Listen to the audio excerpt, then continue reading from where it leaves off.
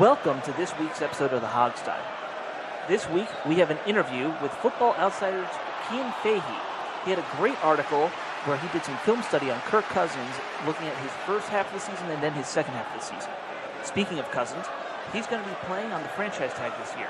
Is that a bigger gamble for himself, or is that a bigger gamble for the team? We'll discuss. Lastly, Trent Williams, he's trying to rebuild the Hogs, a Hogs 2.0. We're all for that, obviously. Stay tuned, it's the Hog Side.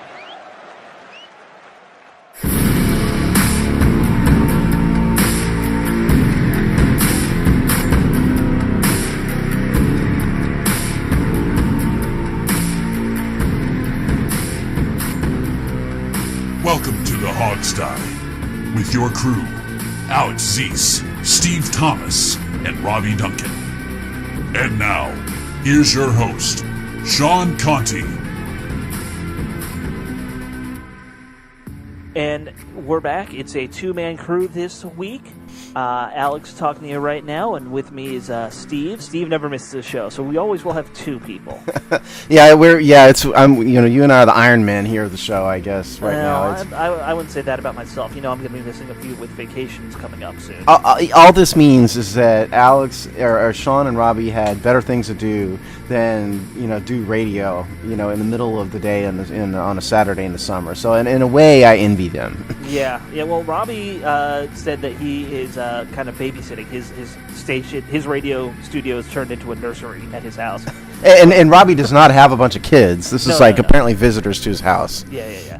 Although maybe Robbie has kids, he just hasn't told us. No, I don't think so. I think he lives in a room in his parents' basement. So Robbie's a good dude, though. He's not the type. No. Robbie's not Antonio Cromartie. No, he is not. In more ways than one, if you know what I mean. They're both football players, so I'll give them that much. But I think that's probably where the similarity ends. Yeah, that's about it. Are you guys undergoing this massive heat wave in DC? By the way, have I seen this? It hasn't been too bad. I mean, I've lived here most of my life, and the only time I wasn't here was in college, so I'm used to it by now. I go out and you step outside and you're sweating all of a sudden, and it's just you feel like you're stuck in someone's scrotum. It's disgusting, but I don't ever want to be stuck in someone's scrotum. That's just not anything that anyone ever needs to have happen. Appealing. Unless your name is Jenny and you work in a club that's called the Pussycat Club, then maybe you'll be stuck in a scrotum. But other than that, I don't think so. I don't know where that was going. I don't know. It's it's live radio. Let's talk about some of the stuff going on in DC football world this week. We're coming towards the end of the players' vacation, so not a whole lot going on with the team, but we are getting to a point now where there's some interesting stuff going on outside of the Redskins. Specifically, the AFL team in D.C. You guys know how much I've been in love with the idea of D.C. having an AFL team, something Steve will never understand. Yeah, I don't get it. But they have announced their name and a logo. The logo is shockingly a red, white, and blue, very patriotic, eagle-looking thing. And the name is the Valor. So, see, I'm okay with the colors, but I don't get the name. Because Valor is a concept. Sure. It is a noun. I'll give you that. But it's more of it's a character. It's a character of. See, I would say it's a character. It's a character. Valor. I mean, maybe it is an adjective. But the point is, grammar is not my strong suit. So. Yeah. Well, you have valor, so I think valor would be a noun. It's not an adjective. But my point is, though, it's not. It is merely a concept. Sure. One can have valor. Right. If you are, say, King Arthur, you have valor. Right. I don't know how a team. What is the team mascot for the Valor, for example? It's going to be an eagle because the logo is a V with an eagle head poking out, kind of. I don't want to say like a World War II logo because that's not right, but it's kind of in that vein. Well, maybe if I could be a cynic about it, and are these folks afraid to pick something like an animal, something else? So, are they afraid that it's going to be not politically correct? If you're going to have like the ASPCA after you, if you pick, I don't know, the Jungle Cats or something. I mean, I don't understand where Valor came from. Well, I think they were going for something. I mean, DC, and especially Ted Leonsis, he has this whole "It's Washington D.C." theme where it's red, red jerseys on every team. It's red, white, and blue color scheme. And, now that'll make 5 teams with that kind of look to it. Well, I guess United is red, white, and black. But, so you're the only one that would know that. Yeah. So they're all going for the red, white, and blue theme. I'm okay with the color scheme. I just don't get the name. It's kind of, they're trying to go for something American patriotic. That's all. It's something along the lines of the Houston Texans. Right. What is a Texan? A Texan would be you live there. A Texan is a citizen of the state of Texas. And I've always failed to see how that is, a team mascot. Right. The team nickname. Well, because you're just naming yourself after an average person. Well, and Houston Texans, I don't want to get on a rant on that, but all right, you took the name from the old Dallas AFL. We've got nothing but time. Go on a rant. Yeah, that's true. Okay, so the Texans was the name of the AFL team in Dallas, or American Football League, whatever. Yes, the pre-AFC. Yes. The American Football League, I believe it was. Yeah. So the Dallas team was the Texans, who became the Kansas City Chiefs a year later. So I always assumed that's kind of where they took the name. Just my guess. I thought they should have stayed the Oilers myself. Whenever they they don't own the trademark though. Yeah, I know. It's the Tennessee Titans franchise probably owns the trademark. They would do, be my and guess. they refuse to sell it for some reason. Because Bud Adams left the city, and Bud Adams is insane, and right. so he's not going to help Houston out. Bud Adams has done everything he can to stick a middle finger up, to the city, to the state of Texas, pretty much. Right. So. Well, and look, I They thought Oilers was a better name. Bud Adams drafted Vince Young pretty much only because he wanted to stick it to the city of Houston. Vince Young is from Houston. He was a hero here in high school. Right. He was a hero in college, because he went to the University of Texas. Then Bud Adams drafted him and made a point of pointing out that he got Vince Young. Right. Now, that said, Vince Young was a total bust, so Bud Adams looks like a jack-off for that. Well, yeah. I'm not saying it worked out. No, it didn't work out. It might have worked out in the Texans' favor that they didn't take Young. Is Bud Adams still alive? Did I remember he died? I don't know. I think he figuratively died about 20 years ago, but physically. Isn't that most sports owners? They're all like 1,000 years old. Yeah, he was a walking corpse, pretty much. Yeah. The zombie version of Bud Adams. But anyway, my point is, I don't mean to get on a rant about Bud Adams, although, like I said, we have nothing but time here. But right. I just think I don't know how to relate to the Washington Valor. Well, I really it's going to don't. be tough for you in general since you don't live in the area. I'm just talking about the name. Yeah, to me, it is kind of one of those names, just like United. I don't understand that one either. There. It's the DC very United. Sterile. Yeah. I'm telling you, it's a PC thing. I bet you I'd be willing to put money on it. Well, all this stuff is a PC thing now. Any new name is going to be PC. I think there should have been the Washington Navajo or something, just to really irritate everybody. Well, Ted's not going to do that. My name I wanted was the Justice.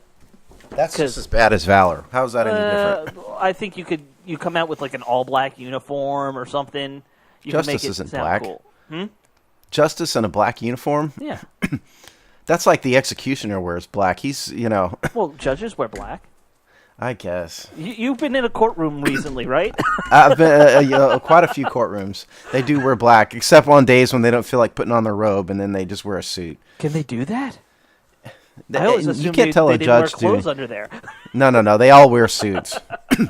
They're not naked under there. If they are, they won't show anybody. us. But they do sometimes roll in a suit. If you catch them a courtroom in like a Friday afternoon, and you're the only hearing that afternoon, he's like got 1 foot out the door. The judge is not going to have a robe on. He's going to be in a suit, with his suitcase, his briefcase in hand, his keys in hand, and he blasts out, at 2:00. Just a random story. My dad was friends with a judge.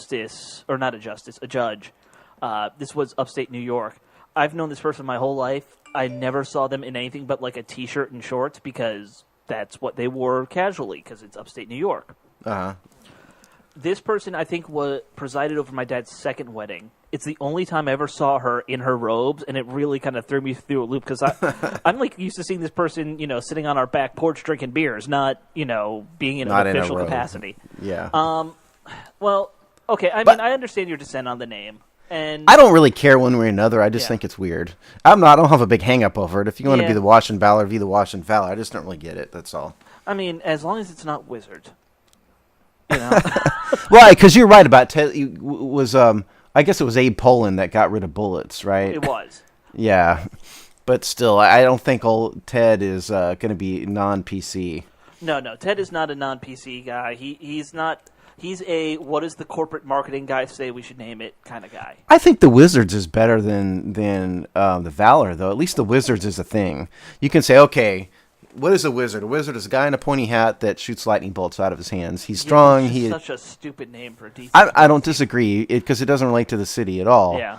But on the other hand, what really does? Well, half the smokes. DC's the hat, the swamps. Yeah. The city's built on a swamp. Yeah. Washington that'd be great. Blossoms. There you that'd go. be great. You could come up with some really interesting helmets and stuff if you have that name. The Gridlock. Yeah. Maybe Gridlock that would have been a good name. I would've liked implying no progress whatsoever. Yeah. Yeah. Good. Yeah. The Washington Red Line. Yeah. Oh, yeah. The Washington Metro. Yeah. There you go. Because that would mean that they're always broken and injured, and Sure. Sure. Sure. That's a good point. Maybe not. We don't want that. You randomly have smoke come out of the tunnel at any time during the game. Oh yeah. That's great. Maybe they should stick to Valor. I don't know. Yeah. Okay.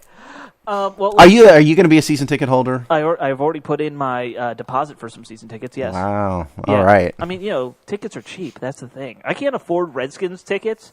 This is the next best thing. I mean, I think tickets are like $20 or something per game for is that arena it? football. It's cheap.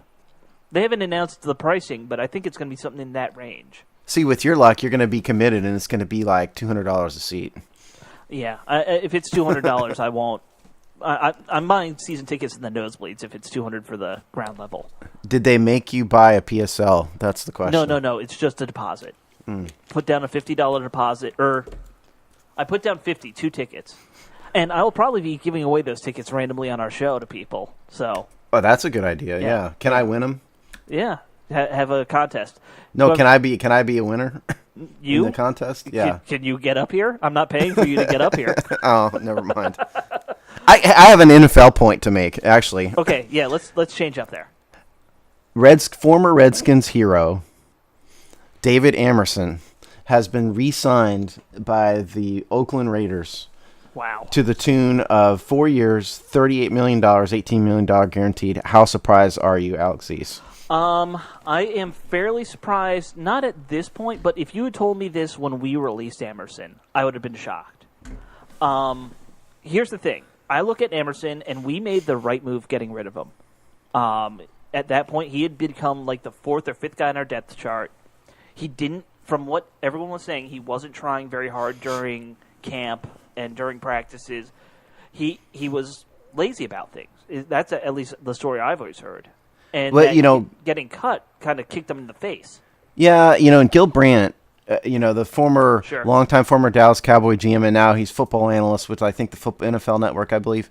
Yeah, I think so. He puts out some stats on cornerback burn rate. Sure.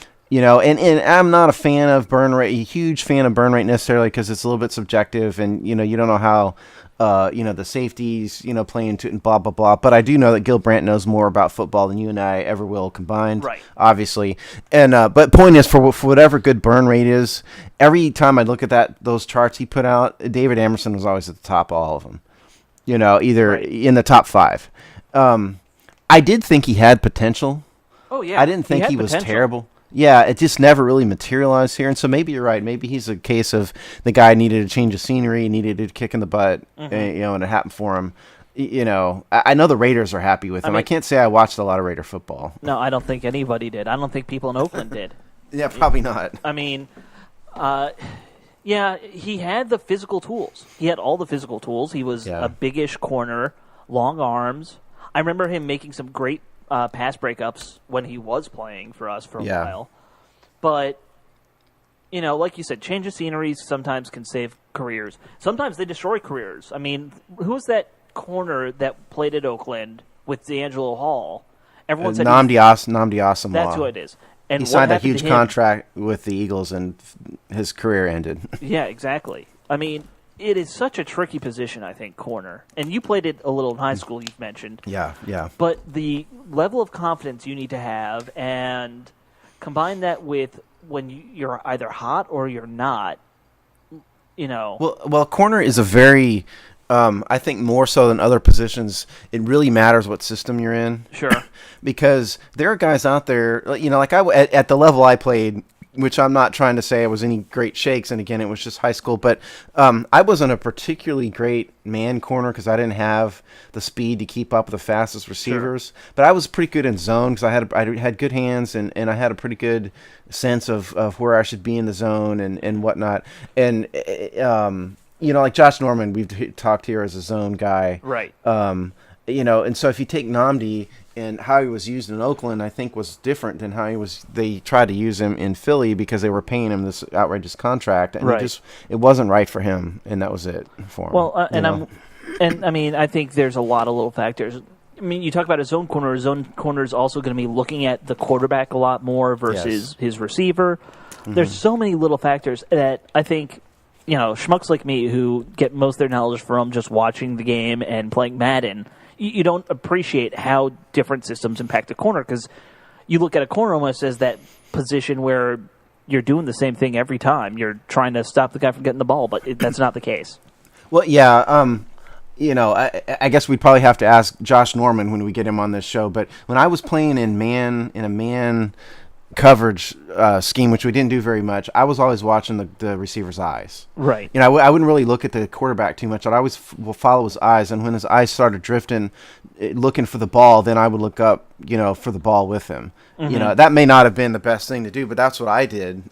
Whereas in a zone scheme, when we played zone, you'd have to watch the quarterback more. I've got one more contract thing for you. Obviously, we all know that Von Miller signed an enormous deal. A cartoonish size deal, I would say. Oh, yeah, really big. 6 years, $114.5 million, $17 million signing bonus, a total of $70 million guaranteed, and average annual salary of $19 million. So he's got a big quarterback contract. Now, the guarantee money has got an Andrew Luck quality to it. Right. I believe it was $42 million guaranteed at signing, and then the rest of the 70 is guaranteed by March of 2018. Mm-hmm. So Spotrac in this case, which is my favorite contract site, has got it listed as 70 million guaranteed, unlike Luck, which they say is 47. And the reason is that the dead cap for Von Miller is 42 million this year, 30.6 million in 2017. So they can't cut him before 2018. And that's when all the money guarantees. And so unless Vaughn goes crazy and murders somebody and ends up in prison, it's basically $70 million guaranteed. But he's 27, so 3 years guaranteed means you're locking him up for basically, I mean, I always say 30 is still that threshold for most guys when their play is going to start to decline. So you're locking him up for his last couple prime years. Yeah, and his dead cap falls off a cliff after that. It goes down from 30 million to 10 million, and in his cap hit, it basically stays kind of where it is for the rest of the contract. It's 20 million, 22 million, 20 million, 21 million. So basically, it's a 2-year deal. Right. And after that, if he falls off, after age 30, they can just get rid of him. When did we get to the point where 10 million was not a big dead cap? Because it feels like only a year or two ago that was a huge dead cap. Well, it's a lot of money, but it's not. It's still a big chunk of your salary cap. It is, but when you've got a $22 million cap hit, you're still saving. Yeah, I guess so. I think some teams wouldn't want that, but if something happens to Vaughn and he just ends up being terrible, they'd take it in a heartbeat. Yeah, that's true. But the point of the Vaughn thing is that's a bigger. If you consider the whole 70 million guaranteed is basically guaranteed now, more or less, that's bigger than Ndamukong Suh. Right. And it's bigger than almost every quarterback. Sure. I mean, is he worth that? I don't necessarily know, but he is a very good linebacker. He forced his hand. Yeah, he did. His lawyer played it the right way, or his agent. His agent. Agents are just a fancy name for lawyer in the end, but all agents are lawyers. Right. Anyway, That's what I mean. Yeah, I mean, he basically said he's not playing under the franchise tag, and that's it. And whether or not he would have really sat out, I mean, who knows? When is the last time someone sat out? I mean, it's got to be career suicide, right? Yeah, it's been a while. Gilbert, right? Gilbert was who former I was Redskin. thinking of. Yeah, I think Gilbert was the last one. Yeah. That I can think of. Yeah. Certainly not very many. No. Because at the end of the day, they can threaten all they want, but, who's going to turn down 20, 30 million bucks? Right. Very few. Very few. Yeah. So he got a contract. I know Wilkerson in New York, the Jets' defensive tackle. He got a pretty big deal. Yeah. I was kind of disappointed about that. I was hoping he would get suddenly drop into the free agent pool so we could snag him. Because I know he was being courted a little bit by Junior Gillette because they played in college. Yeah, I mean, we could use the D-line help. We've talked about that on the show before. Yeah. Not going to happen, though. Not meant to be. Yeah. Well, and we spent a lot of money on the D-line, too. I don't know if they'd be willing to sign up another huge contract. Yeah. Oh, and he would definitely be probably double the next guy salary-wise. They'd have to get rid of somebody. They would have had to get rid of, like, Stephen Paya. Paya or somebody like that, yeah. Yeah, well, that would be a big enough upgrade where I wouldn't be shedding too many tears. No. Pointless discussion, though. Yeah, so the biggest non-contract, though, has got to be Kirk, right? I mean, that's the story that seems to be going across even ESPN and all that. The story of the day. Yeah. Kirk Cousins is going to play on the franchise tag. Yep. $19.9 million. I mean, it's a lot of money, and at least he's saying he's fine with it, and the team is saying they're fine with it. I don't know if everyone's telling the truth. I think the team is probably more fine with it than Kirk. You think so? I mean, I think it's a big gamble for the team. That's what worries me. I don't think either one of them are that upset about it. Yeah. It's not a... I personally, I would rather pay a few million more next year than sign Kirk up to a huge deal and then he becomes bad Kirk again. Right. Now, that's the fear. You're not. Now, I don't know if you listened to 980 or I know you don't listen to 106.7 this week. No. I did not listen to any 980 this week. I mean, I have to make an effort since I'm not in town anymore. Sure, sometimes you got to pop it on a stream or something. Yeah. Well, they were talking on 106.7 how they were arguing that this means for Kirk, his contract's next year, the baseline is $24 million because that's what his franchise tag will be. Which, I don't think that's a lot of money for That's Cousins. not his baseline. But I don't think that's what's going to happen. No, I don't agree with that at all. I don't think that's his baseline. I mean, you think that's just sports talk guys trying to kill an hour kind of thing? Yes. Yeah, I mean, it's a negotiation. Sure. At the end of the day, it's a negotiation. And at the end of the day, the Redskins have the leverage. Mm-hmm. They don't have to sign him to a $24 million contract. They'll just franchise him for another year. Well, but that is the franchise number. I know, but they don't have to give him an average. If they were saying basically average annual value of $24 million, there's no way the Redskins are going to do that. Right. Unless we win the Super Bowl and Kirk Cousins is the second coming of Johnny Unitas, they're just not going to do that. I just refuse to believe that Scott McGowan is going to nuke our salary cap like that for almost anybody. No, I don't think Scott would. They were also trying to make hay of the fact that I think Schefter claimed that Dan Snyder is the one who stopped the contract negotiations. Yeah. But I generally ignore anything Adam Schefter says about our team. So, Hey, look, here's the thing about front offices.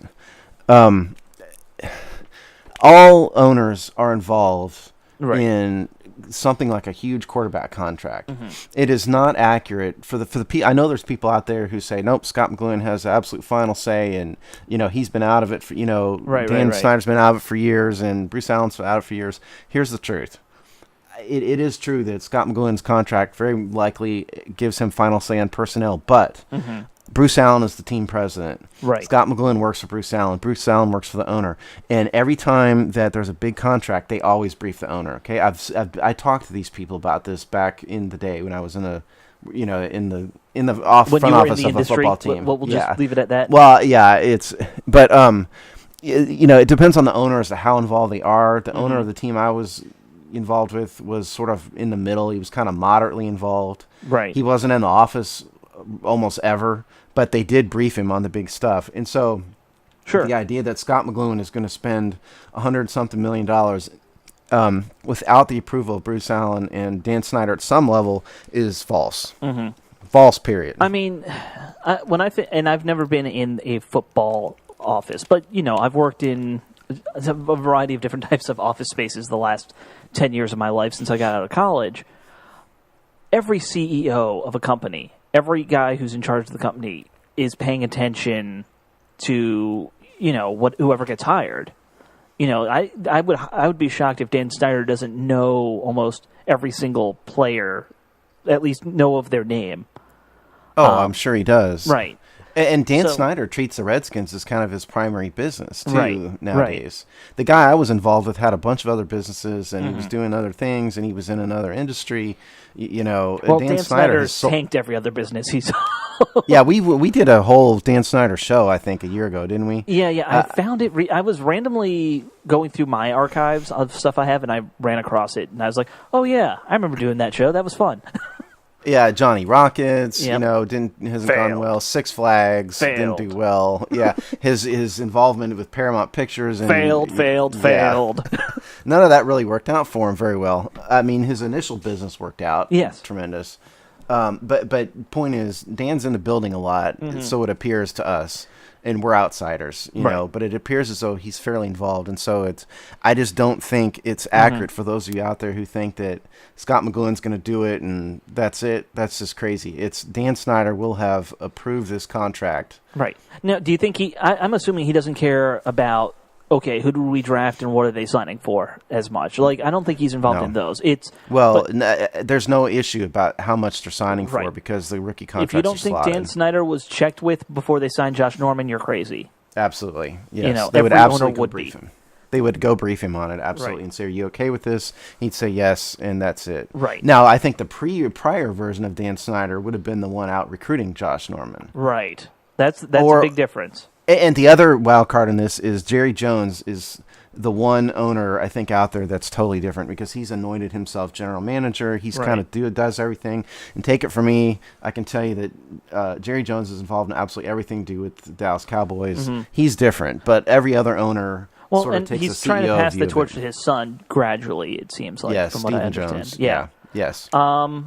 So, yeah, I mean, I don't have a problem with Snyder being involved in a $100 million negotiation.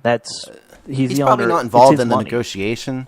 He will approve the deal. Well, that's what I mean. He would be regularly updated. Hey, here's what they're coming back at us with. But let's talk about the risk. Yeah. Here, what you were talking about before. The risk is Kirk Cousins, balls out, does great. Is say a top 5 quarterback. The Redskins go deep in the playoffs. Right. He continues on the path he set in the second half of 2015. Well, then you're almost guaranteed to have to sign him to a massive Andrew Luck or close to Andrew Luck style deal. Right. And whereas if we had just paid him now, we could have got him for a few million less. That's the risk. Right. The other risk is that. And Cian Fahey's going to talk about this, later in the show. But the other risk is that the end of 2008 was something of a mirage. Right. He goes back to kind of being mediocre Kirk. And, while he's maybe not as terrible as he was early in his career, he's not ever going to be great. And now we're stuck with him. He's not a 4,000-yard quarterback. He's a 3,000-yard quarterback. Yeah, now we're stuck with him with a $120 million contract. That's the risk. And I think the Redskins would rather take that risk knowing that the salary cap is going to go up and they'll have more space later, and so even though a contract might be bigger, they'll have time to absorb it or have room to absorb it. And we have not heard anything from Kirk's camp to suggest this, but the one concern I think that some people do have is what if he does ball out and he's mad at the Redskins in the end for not giving him that big deal? Well, then we franchise him again. Yeah. But, he can be mad all he wants, but he's the only way he doesn't play for the Redskins in 2017 is if the Redskins don't want him to play for him. Right. Well, I mean, I'm hoping he does work out. I mean, I think it'll all work out. I think with McLuhan involved, there's a stable head in the Redskins front office who will say, no, listen, here's what's going on. Right. And, McLuhan, from what I've heard, is very even-handed with how he treats all his players. So he's good. Yeah. He has a great reputation. I have a feeling that if he hadn't had his personal demons with alcohol, he probably wouldn't be here because he would never have escaped from Green Bay or not Green Bay, San Francisco, and Seattle, or one of those teams would have kept him. Well, yeah. By the way, and we're going to get to the whole since this week's our quarterback breakdown. We're going to get to that in a second. But I just want to say one thing. I got in a little argument the other day with some guys about McLuhan's ability to evaluate quarterbacks. And if you look at all the quarterbacks he's gone through as a general manager, there's a lot of good names on that list. Alex Smith being at the top. Alex Smith is up there. Russell Wilson. Tavares Jackson is probably his weakest starter he ever had in his career. Well, there was one season in San Francisco where Smith got hurt and they had to go with Sean Hill as their backup, you might remember. But yeah. Sean Hill was a backup. That's not terrible. He loved Trent Dilfer, apparently. Trent Dilfer was his backup quarterback in a lot of spots. Why would anybody ever love Trent Dilfer? Well, as a backup game manager, kind of, okay. That's kind of what Trent Dilfer should be. He was except when he's winning the Super Bowl with the Ravens. Yeah, but he did that being a great game managing quarterback. Yeah, he did. So anyway, I just wanted to say that Scott knows what he's doing with quarterbacks, and we're going to go through the quarterbacks now to prove why that's right. Yeah, we have on the roster obviously Kirk Cousins, Colt McCoy, and the newcomer, the rookie Nate Sudfeld. So let's talk about Cousins. You know what? Let's go from the back up. How about that? I like that better because we just talked about Cousins, his contract, and all that stuff. Okay, Nate Sudfeld, 6'6", 240 pounds or so, from Indiana, who's drafted by the Redskins, was 7th round, I believe. Yep. Or was it 6th? 7th round. He had decent but not spectacular stats at Indiana. He was a 60.3% passer, 7,879 yards, 8.0 yards per attempt. How many years was he a starter? Do you know offhand? Well, looking at his game log here, played 7 games in 2012, 12 games in 2013, 7 games in 2014, and then 12 in 2015. So if I had to guess, he probably started halfway through his freshman year. That's pretty good. And then looks like he probably got hurt. Yeah. As a junior. So he's basically a 3-year starter, full-time starter. 61 touchdowns, 20 interceptions. Average quarterback rating of 144.1. College quarterback rating. Yeah, college quarterback rating. I think if you go down the analysis of him, he's got the prototypical size. Yeah, people love their 6'6" quarterbacks. I'm actually not. I like a smaller guy who can move around a little bit more myself, but Well, this guy is Ben Roethlisberger in terms of size. The weaknesses, he's got some mechanical issues. His field vision is okay, not great. Not great. But he's a project, which is exactly what we thought when we drafted him. So that's, from my perspective, Nate Sudfeld. We'll see. He may turn out to be a decent backup. I mean, how much... It's Indiana, right? How much Indiana football did anyone here watch? It's, that kind of situation where you got to... It's a project quarterback. You can trust Scott to just say, all right, so we're going to have this guy. Maybe he becomes our backup. But... That said, I mean, he'll probably be on the practice squad this year. That's what every indication is. You think so? I think he's going to be on the roster, personally. Yeah. I think it's too risky. I think, just my guess. I have no inside knowledge. If I had to guess, I'd say be on the roster because he's a 7th round draft pick. If quarterbacks get hurt, if somebody needs, a project, they'd snatch him. I bet you he's going to be on the roster. Just my thought. I'll put it this way. When we were before the draft, we were all looking at guys, and we were all high on different players. I think Robbie was with me in being in on Kevin Hogan. Sudfeld never came across any kind of anyone's radar, so that's why I'm really not high on him. It's there's no cult of Colt aspect to him. There's not a cult of Nate. Yeah, there's no cult of Nate. Well, other than outside of the Sudfeld household. Yeah, probably. Maybe not even there. I don't know. They're being real. His mom's being realistic about his chances. I mean, maybe he'll be the Washington Valor starting quarterback next year. That's where I'm putting him right now. So. Well, his competition is Colt McCoy. Right. Speaking of Colt. Yeah. The original Colt was Colt Brennan. Yeah. That was the original Colt of Colt. Colt McCoy, 6'2", 210, 209. I personally think 6'2" is being a little generous. Yeah, he does not look 6'2". No, he doesn't at all. He is over his career, he's played 34 games, started 25, which is about where Kirk Cousins is, incidentally, in terms of games experience. He is a 78.9% quarterback rating guy, 60.3% completion rate. Right. About the completion rate in Colts, what I would point out is that his completion rate went up pretty significantly when he got to Jay Gruden's offense. And we're going to talk about this with Cian a little bit in a few minutes.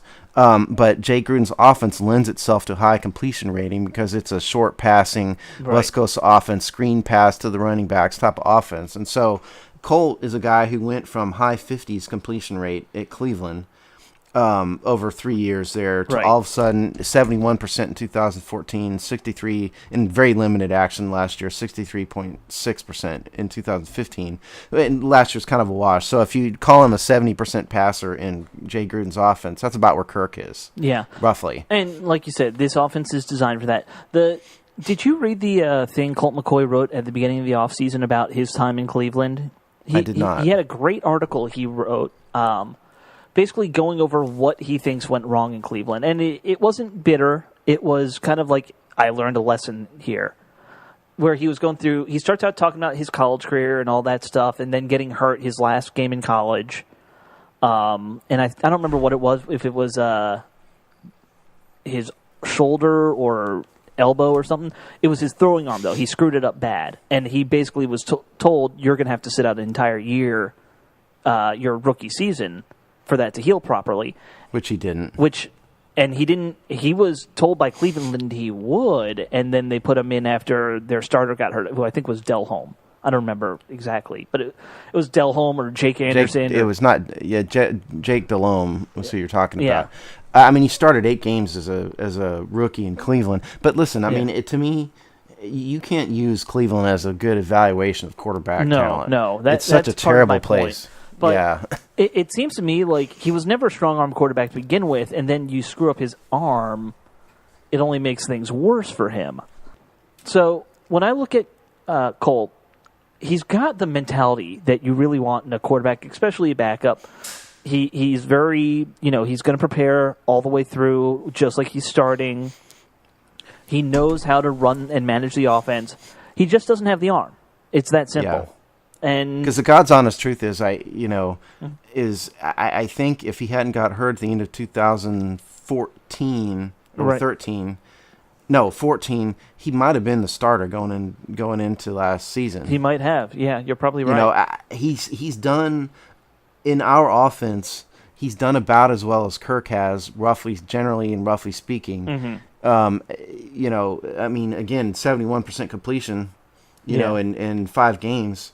In 2014, he's thrown a few more total interceptions, but his interception percentage is less than Kirk's overall.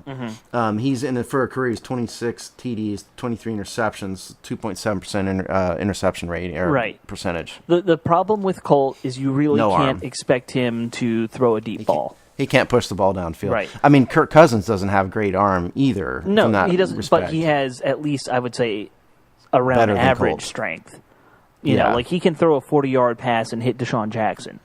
I remember I was at the Rams shutout game when Colt got hurt, and he threw an interception early in that game where it was, I think, a 15-yard pass, and it probably went about 20 feet up in the air just to get 15 yards.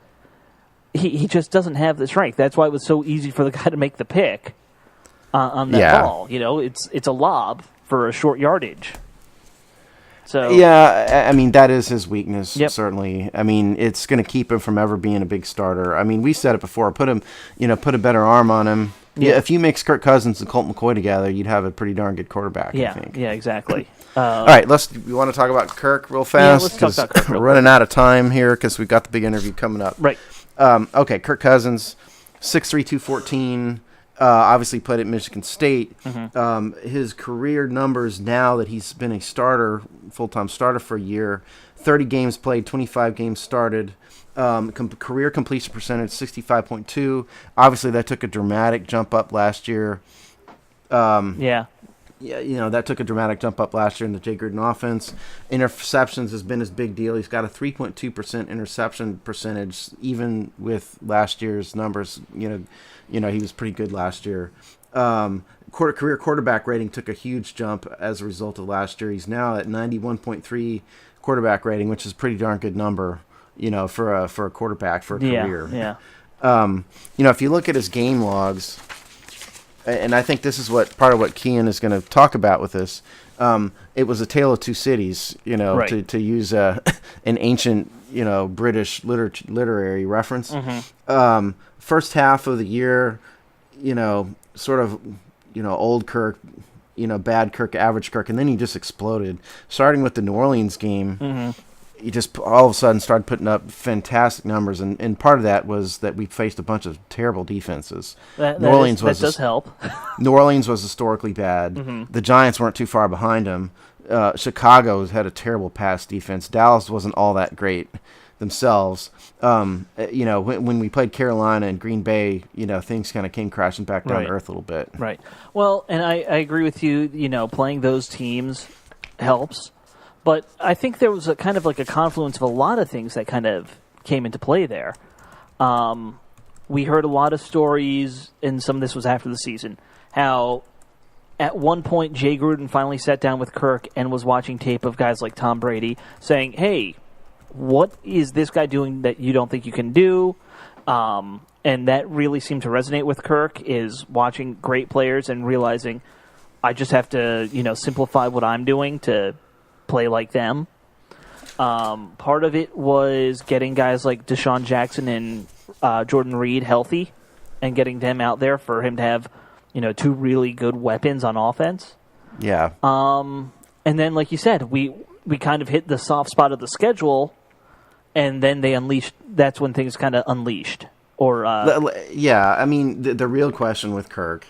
And I just, let's put aside the fact that there's a group of people out there who are, you can't say anything bad about Kirk. Right. Otherwise you're anti-Redskins and, you're a hater and blah, blah, blah. You're just an RG3 homer. Yeah, and then there's the group of people who are still bitter about the RG3 thing. Right. We're talking reasonable opinions here. Obviously the real question is, who is the real Kirk Cousins? Is it bad Kirk? Right. Is it the Hall of Fame Kirk from last year? Second half of last season, or is it somewhere in between? The truth is going to be somewhere in between there. Yeah. It's just a matter of whether he's going to be good enough to excel in the Jay Gruden offense sort of on a long-term basis. And that's the big question. That's what we don't know, and I think that's why ultimately he's not signed to a long-term contract. I think you're right, and I think, I think that it is going to be somewhere in between. I don't think bad Kirk is going to show his head more than maybe one or two games. But that's just me. I'm a little bit more in his boat at this point. Yeah. And the poll you had this week actually kind of covered that question really well. Poll question. Yeah. Why don't we go over that real quick? Okay, we'll do the poll question real quick. The question this week: where do you think Kirk Cousins will be ranked by quarterback rating at the end of 2016? And I made a note that we're not talking about ESPN's QBR because I don't believe in QBR because they won't tell me how they calculate it. And the QBR seems to come out sort of diametrically opposed to the quarterback rating. So we're talking about traditional quarterback rating here. Mm-hmm. The categories were top 5 in the NFL, ranked 6 through 10, right. 11 through 19, or 20 or lower. Mm-hmm. Those are the 4 categories. So, Alex, what do you think? I don't know if you looked at the results or not. Did you look at the results? I mean, I looked at them early on. I haven't looked at them lately. I think I looked at them at the beginning of the day yesterday. So, the poll wasn't closed yet.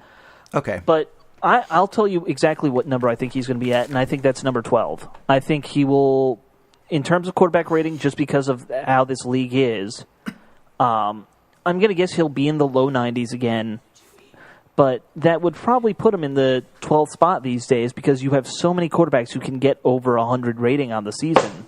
Yeah. I don't know what just fell here, but... We had a big noise, big bang. Okay. You want to edit? No, that's fine. I think it was just a picture. Well, now you're going to have to edit because I said edit. It's not a big deal. So anyway, what was the end results? Okay, end results. A full 21% of you out there thought he's going to be ranked in the top 5 in the NFL by quarterback rating. The winner, though, was 6 through 10. 42% of the voters out there voted that he was going to be ranked 6 through 10. 31% said 11 through 19, and 6% were very pessimistic and said 20 or lower. So if you really kind of do some math here, we've got 63% of the people out there think he's going to be top 10 quarterback in quarterback rating. And we're Redskins fans, okay. Right. I think by the quarterback rating mark, I would maybe go a little bit higher than you. I think he'd be number 10 or so, as opposed to number 12. I don't think he's going to be at the top. I think we're going to see a statistical regression from him this year overall. But I think Jay's offense just kind of lends itself to good quarterback ratings because he's going to throw. I do have another stat for you guys. He'll hit something like 65+% completions, which always lends to a good rating. Here's a stat, okay? Yeah. I thought, let's look at a percentage of air yards, meaning a percentage of yards gained by the quarterback versus yak. Well, it's the opposite of yak. If you have a pass that's 20 yards and the receiver catches the ball at the 5-yard mark and runs 15, right? It's 15 yards after the catch. I know. It's 15 yards. Yeah. All right. So 5 air yards. So I was curious, where does Kirk Cousins rank in terms of yards in the air? And the answer was he was 15th. Okay. So middle. 54.2% of his yards came in the air. The highest in the NFL, believe it or not, was Brian Hoyer, 65.1% yards in the air. Right. Of the full-time starters, Ben Roethlisberger, 62.7%, Jameis Winston, 62.5%, Tyrod Taylor, Carson Palmer, Cam Newton, Andrew Luck. All these guys are above 60%. And the 54.2% by Cousins is reflective of the Jay Gruden short passing offense. I mean, it's a West Coast offense. I'm sure if you look at those guys who are around him and you really were to break it down, you'd see a lot of guys kind of play that West Coast style. Yeah. And so that is going to lend itself to a higher quarterback rating because it's a higher completion percentage, less chance of interceptions, and when you've got Deshaun Jackson and Jordan Reed out there with tons of yak, so I think his rating may be a little bit higher than what maybe his performance is going to indicate. Sure. Well, and I'm with you there. I think that that's going to. There's a lot of little factors that play into it. The fact that we're in such a quarterback-friendly era of the game, though, is also a big factor to me. We used to never get guys have a career rating over 100, and now it seems like every year there's 2. Yeah, so it's reflective of the just nature of football nowadays. Yep. So let's real quick, lastly, one of the things we mentioned in our intro, and we should get to, Trent Williams having a bunch of the offensive linemen to his place in Houston, down in your neck of the woods, I believe, to basically just work out together. They're calling it the Hogs 2.0. They had T-shirts made. Looks like they stole Hogs Haven's logo for the T-shirts, by the way. I don't know if you picked up on that. Yeah, I'm looking at it. It's a hog. It's the face logo from the that front. Hogs Haven, the website, uses. Yeah. Yeah. So I think he might have borrowed that from them, but I'm sure they're okay with it. Free advertising. It's probably not. Yeah, it's probably not trademarked. Yeah. Yeah. So I think this is great, though. I mean, guys working out together, getting in some lessons learned from arguably the best offensive tackle in the league. So, the only thing that's disappointing is the fact that, who was it, Brandon Sheriff, and who's the other guy? I think it was Corey Lichtensteiger was the other one that wasn't there. Yeah. The article said they both had prior commitments. I'd just like to point out that Trent paid for all this. Yeah. Trent owns the gym, apparently, in conjunction with Adrian Peterson. I mean, who knew? Because Adrian Peterson is a native of Houston, and that's why, it's here. But Trent flew all these guys down, is paying for their lodging, using his gym. It's really showing a lot of leadership. I love the Hogs 2.0 idea. I mean, who knows if they can get there? They need to start winning some playoff games before they're ever going to beat the Hogs. Right. But they've improved a lot, and you get some gelling out there going with these offensive linemen can only help for the future. So I applaud them for doing it. And I mean, I do look at this line and I say, you have some potential there. I don't know if it's multiple Hall of Famers on the offensive line potential, but you definitely have some real potential on this offensive line this year. So, absolutely. That's a great sign. I guess that kind of sums up this half of the show, or this section of the show. Coming up, you guys are going to hear our interview with Cian Fahay. Is it? I think it's Cian. Cian. We've decided. We're going to have to ask him. Yeah, we'll double check that. But enjoy that right now. All right. Hogsty is excited to welcome Cian Fahay from FootballOutsiders.com. Cian is here to discuss the recent column published this week, which was a film study on Kirk Cousins. Welcome, Cian. Thanks for joining us. Thanks for having me. Great. We are excited to have you here with us. Kirk Cousins has been obviously a big topic of discussion on this show for a long time, and he's a pretty controversial dude with the Redskins fan base for obvious reasons. We saw that your study published this week on Cousins, and I thought it was a detailed, very well written, and fair evaluation of him. So what we'd like to do today is get your views on Kirk based on the study that you've done.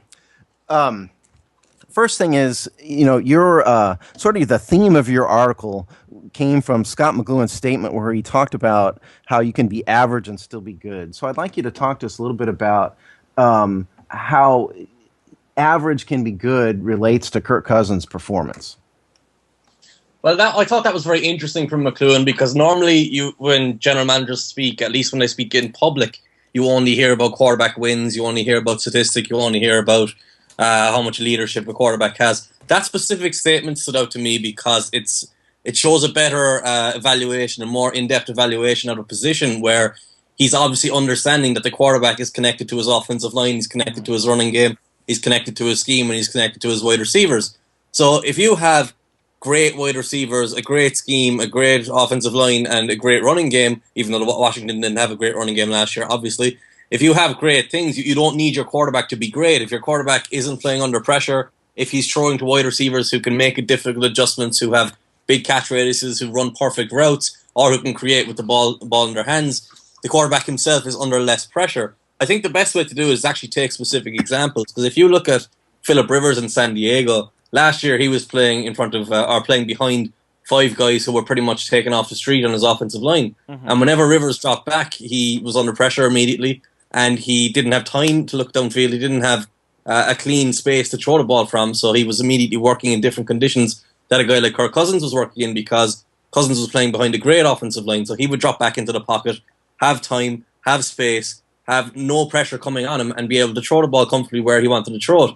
And for me, that statement was crucial because it highlights how different every quarterback is. It's not this quarterback has this many stats and this quarterback has lesser stats, so the guy with the higher stats is better. You have to understand the supporting cast, you have to understand the impact of them. So that's kind of why I focus on that, and that, to me, that statement is very encouraging because it shows that your general manager is thinking, that he's actually not just reacting to the emotive winning to the stats that are being put up. He's thinking in detail about the game. Mm-hmm. Yeah, and if you take a cursory look at Cousins' stats, 69.8% completion percentage, 29 TDs, 11 interceptions, a greatly reduced interceptions percentage. You see that's a great improvement over what he's always done, and it was pretty high up in terms of rankings in the NFL. But what caught my eye, I think, first and foremost about your post, your column, was the yards in the air stat versus yards per attempt. So talk to us a little bit about what you saw about Kirk Cousins' yards in the air percentage throughout the season in the first half versus the second half in particular. Well, the first thing we have to understand is it's a West Coast offense, so he is going to throw the ball shorter than pushing it down the field. So he's doing what he's supposed to do in that sense, so it's not that he's scared to throw the ball on the field or that he's panicking and throwing to his running back on every play. But you also have to understand, when you're measuring someone's accuracy by completion percentage, if you're throwing the ball 10, this is just an example, it's not about Cousins or about someone else, but if you're throwing the ball 10 times and 10 of them are screens, you would expect to have a 90% or 100% completion percentage. Mm-hmm. If you're throwing to a post downfield between 2 defenders 10 times, you're probably going to expect to maybe get 30, hope for 40, because obviously it's a difficult degree of a play. So when Cousins had 69% or whatever, I think you said 69 there, 67, 68, whatever it was. 69.8. 69.8. When Cousins had that, you have to take into account the types of throws he was making.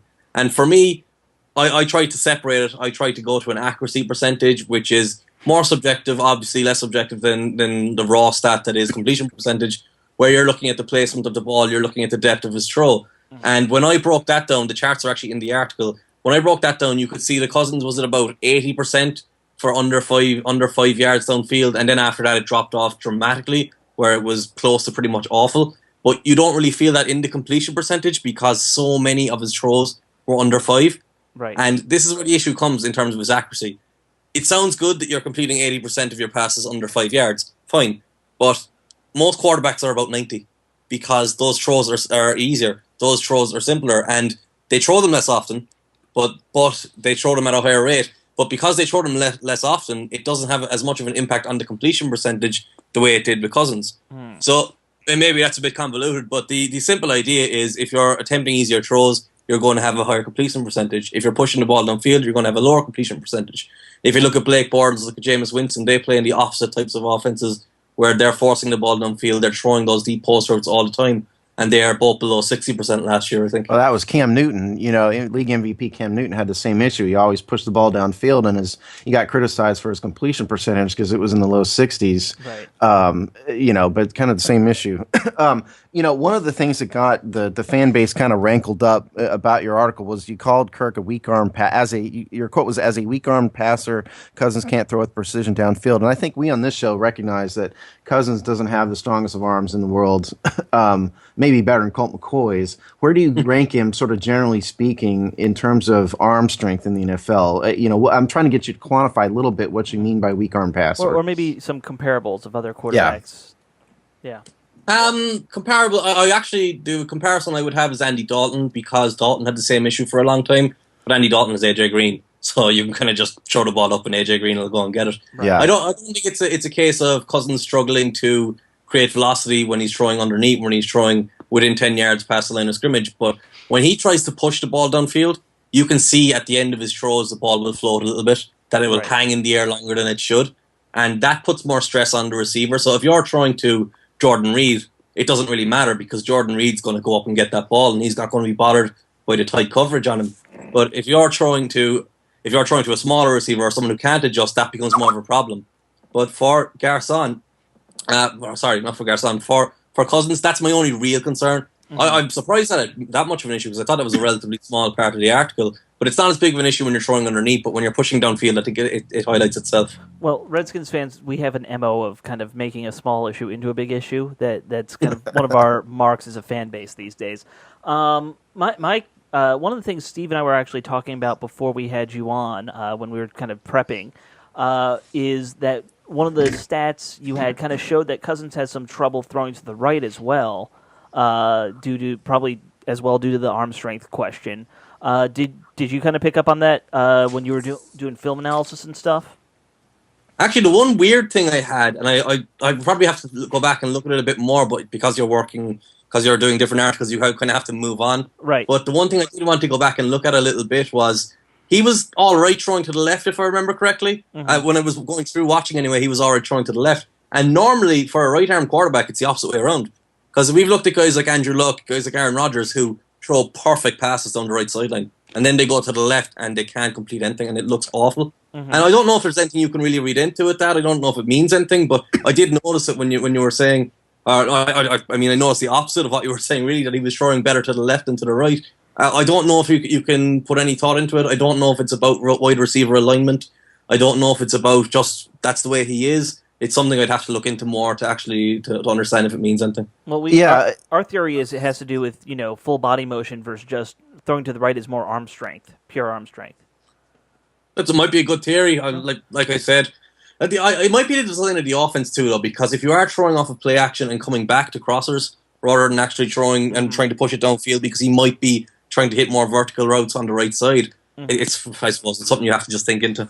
Well, and that tells me that may be a footwork issue.Maybe he's not moving his feet in the appropriate way, if he's scanning from left to right. Yeah, possibly. Without looking at all the film, it's hard to just assume that. I'm not trying to nail you down on that. Yeah. No, go ahead, it was just, it popped in my head when you mentioned the deep ball issues and the arm strength question. One thing that I want to kind of get your thoughts on is the obviously a lot of your article focused on first half of the season versus second half of the season. And the adjustments that were made to help Cousins' game. Could you kind of just, for the listeners, obviously, go through what the big adjustments you saw being made were? We're Redskins fans, so we hear every little bit of news that comes out, and there was a lot of talk how Gruden and the offensive coordinator, Sean McVay, really mid-season sat down with Kirk and figured out what can you do and what can't you do. So what were those things? I'm not sure if there's a huge adjustment in terms of making a change of what they were doing, but I thought the different things improved. Like, I thought the offensive line in general, it looked like the coaching had taken an effect, and they were playing more as a unit, and the individual quality was being put on show rather than being kind of ruined by mental errors or technical errors, whatever you want to call them. That, and maybe the only actual proper change, I thought they threw off of play action more, and they gave him more clearly defined throws off of play action, which worked really well. He did that quite well because he's able to hit those crosses. He knows when to check down. He knows when to push the ball downfield. I don't think there was major changes. I think the main change really was something that wasn't in their control. It was more the defenses they started to face, because even though I say this and normally it evokes a very strong reaction because you say I don't do it for other quarterbacks, but we do it for other quarterbacks. It's just it became notable at this time. Over the second half of the season, they faced some awful defenses. Sure. Guys like I think it was the Giants. We had the Giants, the Bears, and Football Outsiders. When I say we, the Giants, the Bears, and I think the Eagles were down there as well as three of the very worst defenses in the league at that time of the year. The Saints, the Saints as well. But I think that was more mid-season, really. But the part of that obviously is how good the Washington offense as a whole is. It's going to make those defenses look bad. But for me, I think that was more important than any changes that the actual coaching staff did. But I think Jay Gruden deserves credit a lot, as much as he got rid of RG3 quickly as he had to navigate that. And some of his comments are kind of frustrating, the way he talks about players. He does scheme games very well. He knows how to put his players in position to succeed, as far as I can tell anyway. Yeah, I remember when we did the analysis of the Saints game, I was just stunned at how bad the Saints' pass defense was, just horrific. But I wonder, based on what you're saying and based on the style of offense that Jay runs, I wonder if Deshaun Jackson is being a little bit misused given the scheme and given the issues with Cousins' arm strength. Have you noticed that at all? Because he's fast. I didn't mean cut you off, but he's an elite. He got an elite speed. He runs that deep fly, and he'll run out and up. A lot. The only real short pattern I've seen him run is like a square out. Where he'll get it on the sidelines, and if he can turn up, he can, or he gets knocked out of bounds. Is Deshaun kind of the wrong guy for us? No, I don't think so. But I think if you're looking for Jackson to have a 1,000-yard season or 1,500-yard season, whatever it is, you're wrong. But if you're looking for him to have an impact on the offense, he's fine, because he's opening up those routes underneath just by streaking downfield. When I watch him, it feels like he's just running wind sprints because he's not getting targets, and he probably knows he's not going to get targets on a lot of those plays. Right. But him getting downfield so quickly is putting pressure on the cornerback to his side of the field or safety to his side of the field when they're in zone. How does he decide between Jackson and Jordan Reed who's coming across in that direction, or Garcon who's coming across in that direction? And having a guy with that kind of speed, like that's why the Texans drafted Will Fuller this year. Because they want him to open up their offense and just spread the secondary. I generally don't think it's something you pay for alone, but with Jackson, it's not like you're just paying for a guy who's only speed. He's a really good receiver when he is used. So I wouldn't be too concerned with him fitting in your offense. If he doesn't fit in your offense, there's something wrong with your offense, really, because he's a supremely talented player, and as far as I can tell anyway. Now, the Kirk Cousins caught a lot of flack in the Redskins fan base. I think understandably so, for all the interceptions. He had just a million interceptions in his first 3 years in the league.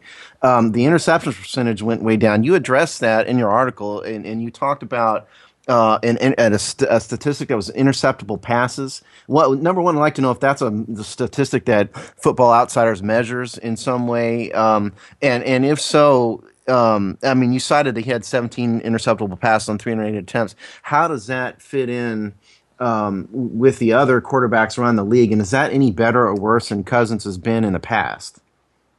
Interceptable passes isn't a Football Outsider statistic. They have their own version, but this is my version that I did for the pre-snap reads quarterback catalog, which is something a book I wrote this year during the offseason. It's something we're going to do every year. I can pull up his stats for the whole year.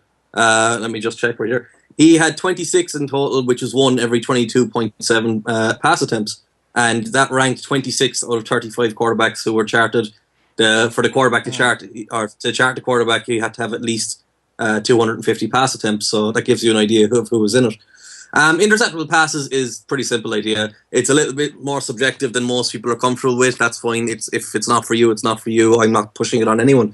But interceptable passes is basically if you throw a ball and Trumaine Johnson, like this is the example I have, if you would throw a ball downfield and Trumaine Johnson jumps above the receiver and it's behind the receiver and it goes straight to Trumaine Johnson's hands, but Trumaine Johnson can't catch the ball, it counts as an interceptable pass, even though it's not an interception. Mm-hmm. That's the obvious one. Then you've got the ones where the ball is thrown downfield and the defensive back is slow to react to it and he's misreading it in the air and he completely misses it. Because most people measure interceptions that weren't caught or whatever you want to call them by did it touch the defensive back's hands.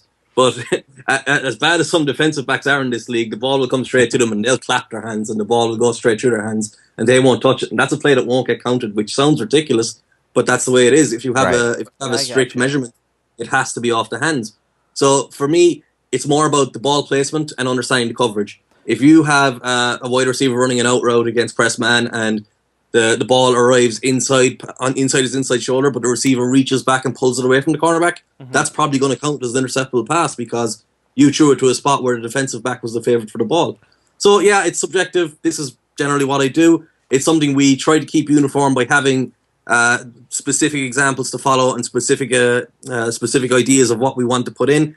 So the numbers in general are pretty consistent. You can find last year's numbers. Cousins, even though how much did he play last year? I can't really remember off the top of my head. Yeah, he played. Well, no, he played 6 games, started 5 games in 2014.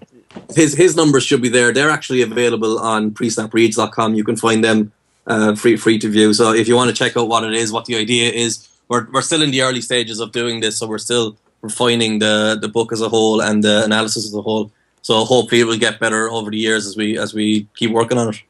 So it sounds like then in terms of that, he really hasn't gotten any better. He just kind of got more lucky this year than he has in the past. Is that a simple way to put it in terms of the interceptions? But I think he pretty much played to who he was. This is the way I view him at this point. In week 9, before the Saints game last year, if we go back to that point, is anyone shouting that Kirk Cousins has to be paid? That he has to get $50 million? Well, we were talking about whether or not he was going to be gone. We were talking about if we should draft a quarterback. Yeah. And to that point in the year, he was throwing unbelievable amount of bad passes, throwing an unbelievable amount of interceptions. Right. Over the second half of the year, it slowed down a little bit. It still wasn't good, but it slowed down a little bit. So that's the slight improvement. But for me, it's probably still too early, but this is the problem with quarterbacks who sit. He's sat for 3 years or whatever it is. Mm-hmm. He's 28, whatever, 28 I think it is, 27, 28. Yeah, he's about to be 28. He's not a rookie. You're not going to get 3 or 4 cheap years to figure out if he's going to keep improving. It's either do it or don't do it.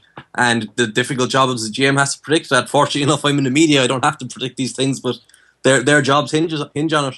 Right. Yeah, it's interesting because this week, we had the big contract dispute here in D.C. about it, and the Redskins kind of bought themselves another year by not signing him to a long-term contract, which in my eyes at least is good. I did want to ask you actually, because I'm obviously I don't follow the Washington coverage as much, but was there much of a deal made out of the fact that he only got $24 million guaranteed and offered? Because that to me is a very low number.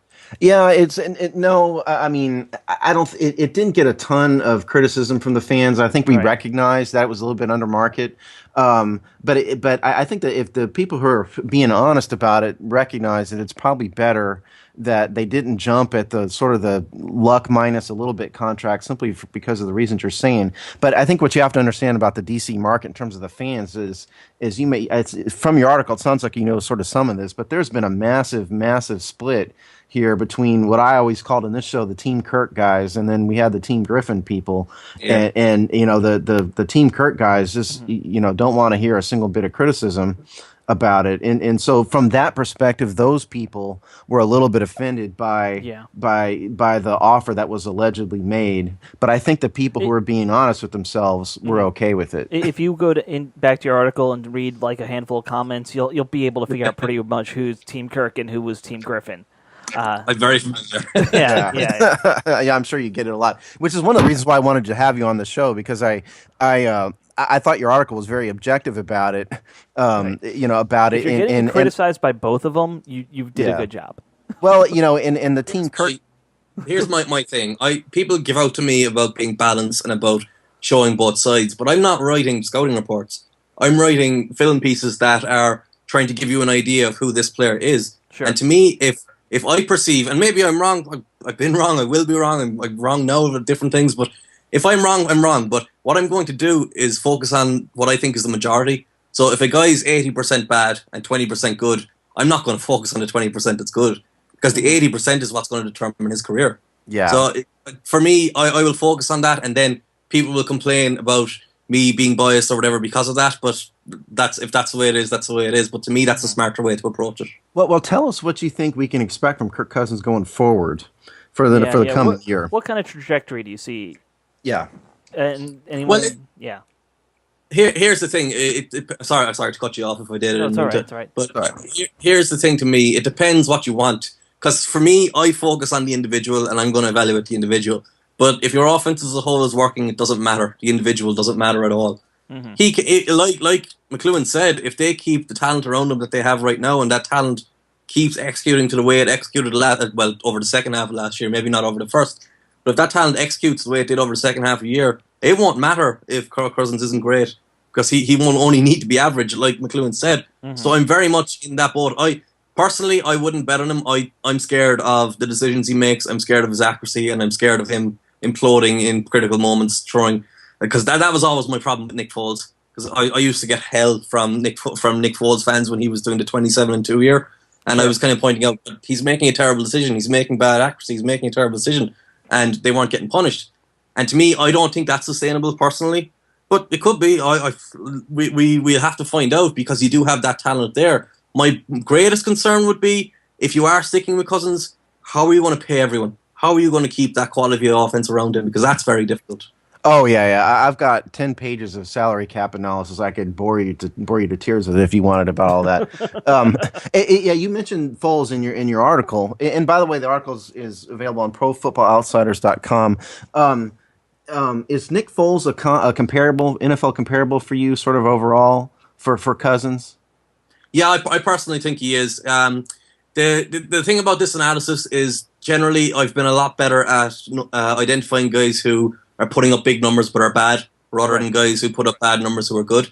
And the guys who have immediately come to mind watching Foles and getting his numbers are Josh McCown and Nick Foles. And Josh McCown is living a full great career off of 6 games in Chicago, where he was throwing the ball to Dallas Cowboys defensive backs who couldn't catch the ball.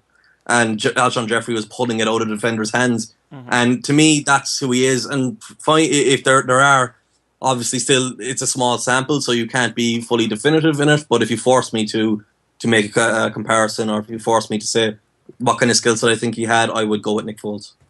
Okay. Wow. Yeah. See, that's going to make the Team Kirk guys very unhappy. I hope you realize that when I hear this. We're going to catch hell for that one. Yeah. So will you. But that's okay, because it's honest. One kind of last thing. It's a little bit outside of your article here, though. But we've talked a lot on this show about how atrociously awful the running game was last year. It was just an embarrassment of disaster. It was just a disaster. What is the effect of the poor running game on the quarterback's performance here, if anything? It can actually, it's okay. This is the thing again, where I come back to what do you want? Do you want to evaluate him by his numbers, or do you want to evaluate him by his performance? His performance, it makes it tougher, but his numbers, it can actually help, because when you get down to the red zone, you're not trying to run the ball in. I'm going to move away from Cousins and talk about a guy here, Blake Bortles. Blake Bortles is being celebrated because he had 34 touchdowns or 36 touchdowns last year. Yeah, They didn't run the ball in the red zone at all. He had more red zone touchdowns than TJ Yeldon had red zone carries, which is a phenomenal thing to think about. And that obviously, that worked for their offense, because for whatever reason, they didn't trust Yeldon. But they brought in Chris Ivory this year, and Chris Ivory's probably going to steal 6-7 of his touchdowns at least, and maybe he regresses a little bit more. Suddenly, Bortles has 21 touchdowns, and the offense is better, and people are still pointing to Bortles going, but he has less touchdowns. Yeah, but Bortles might be better, because the running game is putting him in better situations. Yeah. The one thing Football Outsiders has of the Jaguars offense, which surprised me when I look at it, because I don't work with the actual numbers in Football Outsiders. That's all Aaron Schatz who does all that work. Right. And he pointed out to me that the Jaguars offense as a whole, its efficiency didn't rate well at all in Football Outsiders. But you're watching them and you're going, they have big play after big play after big play. But then you go, oh, the running game doesn't work. So you're like, oh yeah. Mm-hmm. So it's not really something you'll notice in the numbers. The numbers will actually prop him up. But if you look at his actual performance, it will make things tougher, because you get into situational football and you've got to make all the throws. You can't turn to a guy, hand it off, let him run for. Like if you look at over in Minnesota, Teddy Bridgewater, his numbers are terrible last year. but the offense could turn and give the ball to Adrian Peterson in critical situations. So he got a benefit and he got a hit as well, you know. Yeah, well, and here we've got a bad running back as our starter and a bunch of nobodies, behind us. So I'm not hopeful about that. Was it you that drafted Keith Marshall out of Georgia? Yes. Yeah, it was. Yeah. Yeah, big fan of him. I think he might be a spark. What stuck out with us, we've talked a lot about Keith Marshall here, because what stuck out with us is number one, he beat out Todd Gurley as a freshman at Georgia, and number two, he's got just a rare combination of size and elite speed that if he kind of pulls it together, I think he could be deadly. Yeah, but he's got. I was surprised he fell as far as he did. Yeah, it really was. I think it was probably his knee more than anything else. Yeah. Cian, thank you very much for joining us. I think people can find you on Twitter at Cian AF, which is CIANAF.